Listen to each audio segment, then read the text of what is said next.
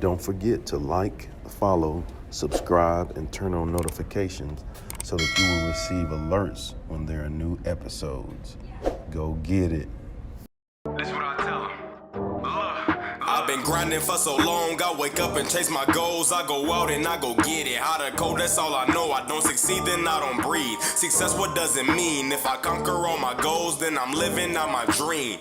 Dig deep, go out and get it. Success Chronicles. Compete until it's finished. Success Chronicles. Go take care of your business. Success Chronicles. It's deeper than just winning. Success Chronicles.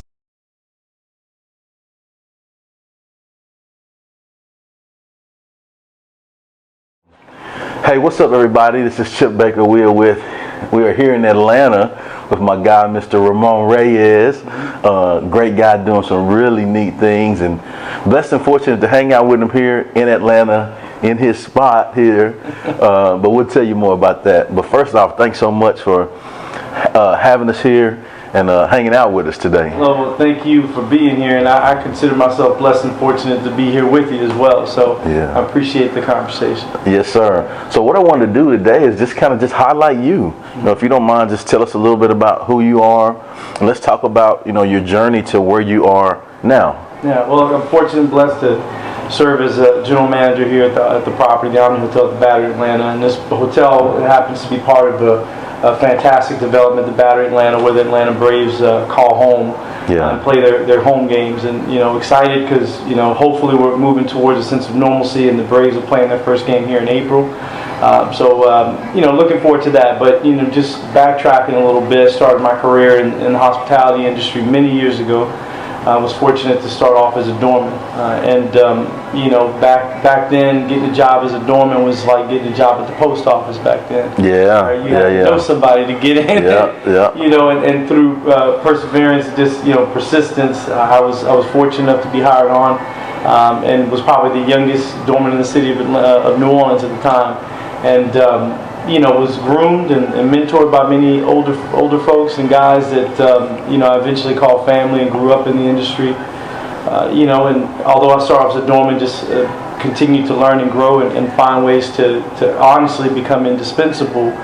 And through that process, cross-trained in every department, and eventually came into leadership. And just, you know, continued to grow from there. Moved from doorman to, you know, supervisor to what was called whatever manager with W Hotels, but a service express manager, and then director of front office, director of housekeeping, and then director of rooms, and then subsequently director of operations. And now, you know, I'm on my second stint as general manager after leaving New Orleans. That's awesome, man. Such a cool story, and neat journey. And you, like you said, originally from New Orleans. Yep. Right. Started. That's where you got your start. But then now, currently, so you said this is your second property to manage. Yeah. So you know, I was fortunate to serve as general manager of the Omni Hotel, the Omni Riverfront Hotel in New Orleans, right near the convention center there. So that was my first leadership role within general manager. I had previously served as interim general manager for another property, but that was my first, you know, my first baby, I could call it. You know, and renovated, converted that hotel, made it. Converted to an Omni, and then, you know, was fortunate to be called upon to come and lead this great hotel. This is a brand new development, so for me it was fantastic to be able to be part of building this thing from the ground up, not just physically, but also from a service standpoint, from the team that we have here, and the culture that we built. Well, it's definitely an amazing place. You know, it blew me away. Like, I know when I talked to you before I came, like, yeah, this is a pretty cool place. You know, you come to Atlanta, you come here, you don't really need to go anywhere or do anything because it's all here. And I was like, oh, okay, that's cool. But then when I got here, I was like, don't need to do anything. Yeah, I mean, it's an entertainment district when you think about it, right? There's anything you would want to do, you can do here. You can have a great meal. You can catch a fantastic concert at the concert venue at the Roxy. You can catch a game. You can go bowling. You can, you know, there's virtual reality. There's, you know, escape rooms. There's things of that nature. So you can really get a full-on experience when you come here and never have to leave the development. So what we've been fortunate to have over the last, you know, several months with the pandemic is a lot of folks, you know, making this their location, a staycation, right? They come here and they're from Atlanta, don't travel way too far, come here and experience. And what they've told us is they leave here feeling like they've had a full vacation, and they didn't have to leave their own city. So. You know, one thing that got me too, along with all of those things, was great food all over, and then Waterloo Records, the vinyl shop. Yes. Oh man! So I'm a music guy, and like I was walking around and like stumbled up on it. I was like, oh man, I was there for like an hour just looking around. I know it's a fantastic experience, but you get everything from that to even some of the, and I think this is one of the things that this development has done. One of the many things they've done really well is they've found unique offerings, right? And so Waterloo would be here, staying away from the big chain things, but more unique offerings that people will appreciate when they come here. Waterloo is certainly one of them. We just opened up here last week a distillery. So ASW is opened up, and you can come here and see how they make their product, and you've got a brewery here too. Yeah, you can go there and just like I can look at the brewery right there. Like it's crazy. So there's so many things that the development has to offer, and we're just again, I'm blessed. I always consider myself fortunate. I feel like I've been handed a gift to be here and be part of it. Yeah, because this is something that is pretty unique. And that's the other thing that I was going to get at too, is like these things don't just happen.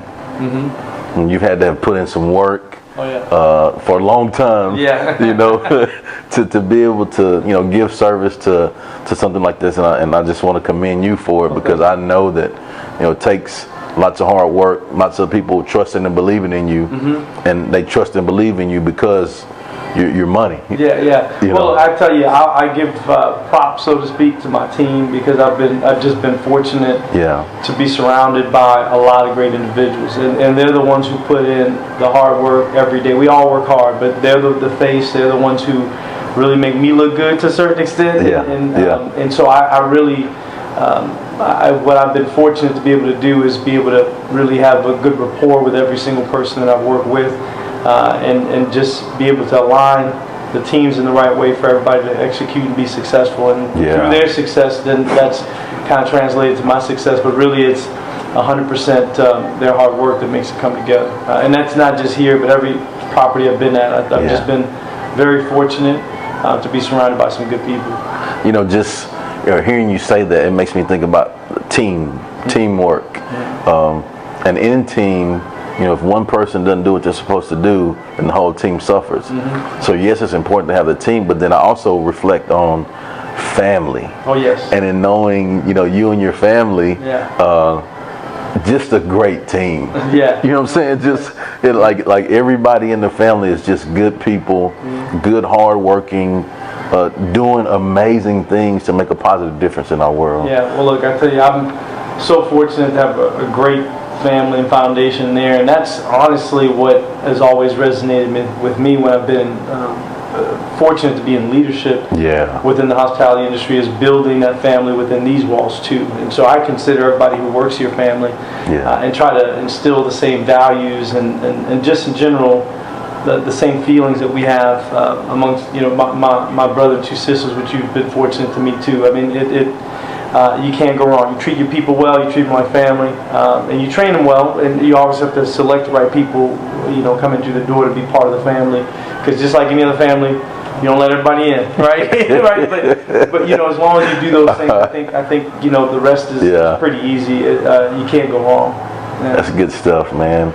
I don't know, it's just awesome. So I guess the next phase, I just want to talk about, like, so if there's, you know, someone that's looking to get into, you know, what you're doing and be, you know, as successful as what you've been blessed to achieve and accomplish, what are some things that you would tell them that, you know, to make sure that they do to help them maneuver through to make it to be in a position like you are? You know, I think back to the early stages of my career and what my mindset was back then, and I used the word earlier. My goal was to make myself indispensable, but it wasn't in the back of. I never had the thought of really trying to go too fast, right, or trying to move too fast. I paced myself really well. I looked at every single opportunity as selfishly as an opportunity to develop myself. So if something was put in front of me, I said, you know, I'm going to take advantage of it. I'm not going to look for necessarily the money in it, because what is invaluable is that experience that I gained, and the fact that after going through that experience, I've learned how to do something that I carry with me wherever I go, whether it's with this organization or with another. And so I encourage those that want to get into this industry to start, and find a foot in the door. And for me, it was becoming a doorman. But I can tell you that back then, started off as a doorman, but within 6 months, I was already in a different position. Yeah. And once I got into leadership, I averaged a promotion every year. And that was through hard work, but it was also through that by having that mindset of not necessarily looking for what's in it for me financially, but looking for what's in it for me from an experience standpoint. And through that process of, again, trying to make myself indispensable, other people notice. I'm the first person to tell you that for most roles that I've had, I've never raised my hand and said I want that. It's been because someone has approached me and said, hey, why don't you put your name in the hat for this? And I think that means a lot to me. And I've, again, just going back to pacing yourself, making sure that you find those opportunities, but also when someone approaches you, then you know you're ready, and not necessarily thinking that you're ready, because I do think that that's something that, as I look to mentor some of our younger talent and associates that we have, I always encourage to pace yourself, and don't necessarily put yourself in a position just because you're looking for a title, right? Where you fail, because then your self-esteem is impacted, and then you question whether you should be pursuing what you're doing. But pace yourself well, and work hard. I went through a program a few months ago where one of the things they shared with even associates or people that are at my level from a career standpoint is to get yourself in traffic, right? Making sure that you're working hard, getting yourself noticed, but not necessarily because you're raising your hand, but working hard. And being part of progress and projects and different things that you could do to make an impact, but through that process also making those people around you notice that you've got the chops to do more. And I love it. Pace yourself. That's really good. I think in your pacing, like you said, you have valuable experiences that will help you so that when you're in a position, you can help others do those things. Not just say, hey, do this, because to do this, you can say, hey, do this because, hey, I've done it, and let me help you, show you how to do it the right way. Exactly. And I try as much as I can to instill that and have those conversations with folks, because, again, one of the things I've always tried to do is, as I've been fortunate to move up and progress in my career, is to always reach back and say, okay, who can I bring along this journey with me, and have them learn from my mistakes or from my past experiences. And so that's key. That is, again, selfishly that's a part of the recipe for success, because if they're successful and if I can mentor and guide them, then I'm going to look good as well. So, selfishly that's part of it, but just more of what's in my heart is I want other people to have that success. I think during our last conversation I mentioned our purpose in life is to serve others. Come on. And so that it doesn't stop at the door of your business or where you work. That's your purpose in life. You do that all the time, and you should find opportunities to do that every time you're afforded that very thing. Man, that's awesome. Well, again, I just want to say thanks so much for having me at your property here. Thanks so much for taking the time to talk about what it is you do. And again, I just want to commend you on all the amazing things that you're doing and how you're doing it. I think it's so much like, just for example, even in this conversation, there's so many nuggets that I've learned or that I can take, and I hope that you guys are able to take as well. And really, yes, it's business, but it's life. It is. It's transferable skills. Everything is a stepping stone, right, in life in general. And I agree with you. These are things that, especially from some of the very young associates that we have in here, I look to hopefully make an impact on them. I've been fortunate to work with students over the course of my career that were, studied to be, whether it was their main topic of studies was pharmacy or working to become a doctor and pre-med, or a multitude of careers, not necessarily just hospitality. And I always, had conversations with them about how their experience here would impact or could be sort of wrapped into what they're looking to do in the future. Yeah. And so it is life. I mean, this is, people learn life skills through their journey with us here, and I look to at least have, even if it's just a small impact on their life while they're with us. Well, that's good. Well, again, just thank you so much. Thank you. And thank you guys for checking out this session. We'll see you next time. God bless. Go get it.